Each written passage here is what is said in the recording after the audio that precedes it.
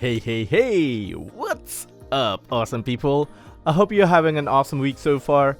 Welcome back to my channel. For those of you who are new to this channel, my name is Joshua Partogi. I'm a professional Scrum trainer based in Brisbane, Australia. Welcome on board to our community of passionate change makers. In the previous video, we learned about the product backlog, one of the artifacts in Scrum. Go click the link up here if you haven't already watched that video. In today's video, we will learn about the increment, another artifact in Scrum. I have found quite a few people who are new to Scrum need help to understand what an increment in Scrum really means.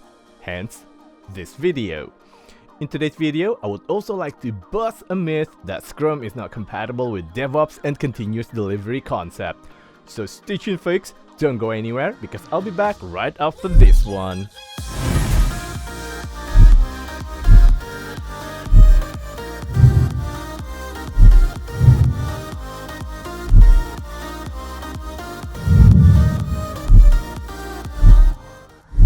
As written on Scrum Guide 2020, an increment is a concrete stepping stone towards the product goal, and it has a commitment to fulfill every checkbox on the definition of done.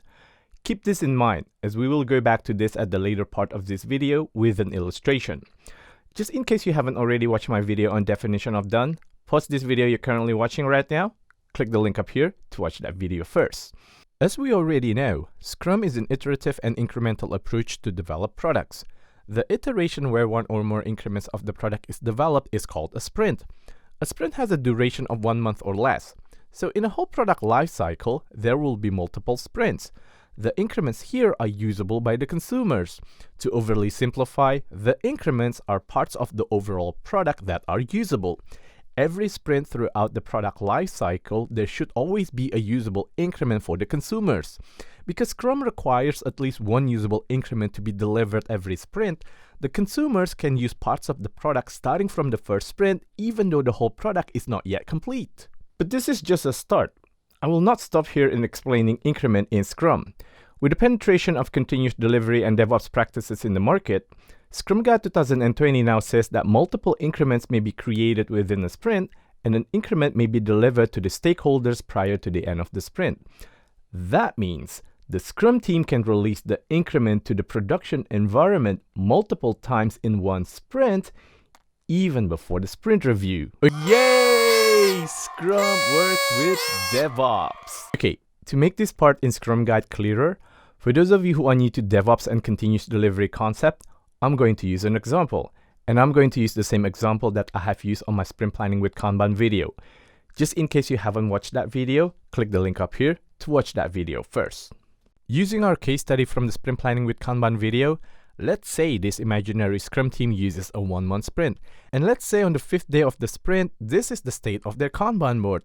One of the product backlog items they have processed in the sprint have met all of the checkbox in the definition of done. The documentation for this functionality has been written. All of the testing that needs to be exercised towards this functionality, both the manual test and the automated test has been done. All the compliance and governance standards have been done. All in all, this product backlog item is done according to the definition of done that has been defined by the Scrum team. Now, as per Scrum Guide, in this case, on the 5th day of the first sprint, an increment is born. This mobile app that has one functionality that meets all of the checkbox in the definition of done is what Scrum calls as the increment. The mobile app developed by this imaginary Scrum team has one functionality that can be released and installed on the consumer's mobile phone, even though it's not the end of the sprint yet. But in this case, this imaginary Scrum team decided not to release the increment yet and put the product backlog item on the to be released column as a pull signal on their Kanban board. Hey folks, before we continue, just in case you're wondering, the Kanban tool you just saw is called Kanbanize. If you would like to try out Kanbanize in your own Scrum team, go to this referral link here, or you can just click the link on the description section down below. As a disclaimer, I will get a commission when you sign up from that referral link. Your support of this channel is much appreciated. Okay, now let's get back to our case again. Now let's fast forward to day 10. There are still 10 days left before the first sprint review. The Scrum team has been collaborating and 5 more product backlog items are done according to the definition of done. As written on Scrum Guide, each increment is additive to all prior increments and thoroughly verified, ensuring that all increments work together. That means the mobile app now has 6 increments that are integrated, meet all of the checkbox in the definition of done, usable, releasable to the production environment, and installable on the consumer's mobile phone. For Scrum teams who already practice DevOps, they're able to deliver multiple releasable increments in a sprint or even in a day. This imaginary Scrum team decided to release the increments to the production environment on day 10 of the first sprint, even though it's not the end of the sprint yet. Because besides delivering 1 or more usable increments every sprint, as I have mentioned on several of my other videos in this channel, the Scrum team also has the commitment to achieve the sprint goal they have agreed together during sprint planning. As a context, here is the sprint goal this imaginary Scrum team has agreed on, just like what you already saw on my sprint planning with Kanban video. As written on Scrum Guide, the sprint review should never be considered as a gate to releasing value. Folks, if the sprint review at your workplace is still treated as a user acceptance testing or UAT session, you have a lot of homework to level up the game. So that is our learning about the increment in Scrum for today. I hope today's video gives you a better understanding about the increment in Scrum, and most importantly, today's video should give you a lot of homework to improve Scrum effectiveness at your workplace and to improve your organization's state of agility. And for all DevOps practitioners out there, yes, Scrum is compatible with DevOps and continuous delivery. For those of you who are interested in exploring how Scrum with DevOps can increase your organization's state of agility, check out the video on Scrum with DevOps that I've already made by clicking the link up here.